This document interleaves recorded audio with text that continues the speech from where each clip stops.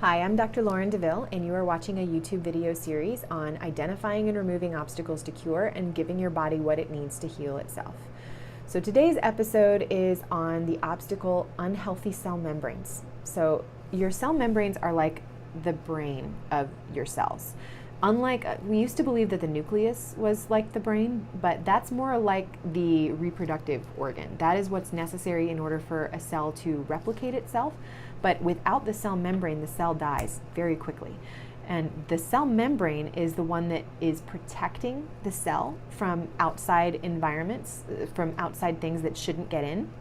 And it's also the gatekeeper to make sure that good stuff gets in and bad stuff gets out. So there's lots of metabolic waste. So just like you produce waste as a result of the food that you consume, and you have to eliminate that, your cells are exactly the same way. They produce metabolic waste that needs to get out.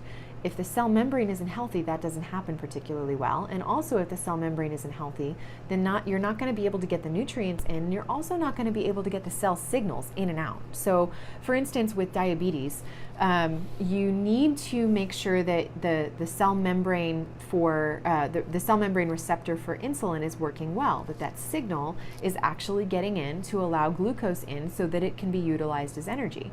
But insulin resistance is the precursor for diabetes, which is when your cell membrane isn't working particularly well, that receptor isn't working very well, and you end up with lots and lots and lots of insulin in order to get the same signal. So that's one example of when you don't have healthy cell membrane signaling occurring, and that can end up leading to long-term chronic disease. So that's just one of many examples. There's lots and lots of different types of receptors on the cell membrane that are necessary in order for the metabolic functions in that cell to be carried out.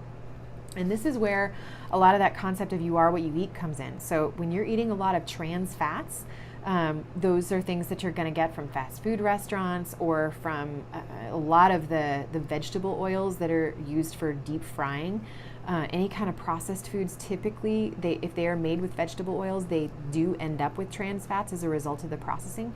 So those trans fats are not they're not the best fats for helping that cell membrane to communicate its signals particularly well, and they're going to basically gunk up the works, and it's going to make it very difficult for the right cell signals to get in and the bad stuff to get out. So you want to make sure that you are avoiding trans fats specifically for that reason, and that you're consuming healthy fats. And healthy fats are going to be things like coconut oil is fantastic, avocado oil is really good, believe it or not, lard, don't kill me, that's the animal fats. Those are really, really great for high heat cooking. Olive oil is good. Don't use it for high heat cooking though, because it does go rancid. So I would do that for the lower heat or putting it on your salads or things like that. Flax oil is definitely a salad one. You don't want to cook with that either, but that's a good one.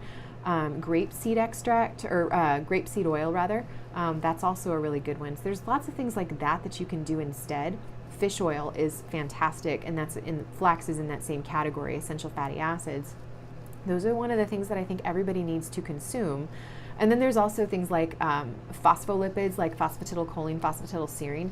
These are necessary for the healthy cell membranes as well. And you can get a lot of that from your food, but you want to make sure that you are focused on the right kind of fats, and that you are trying to avoid the kinds that are going to contaminate your cell membranes, so that you can make sure that you keep your individual cells healthy, because when your individual cells are healthy, then you're healthy.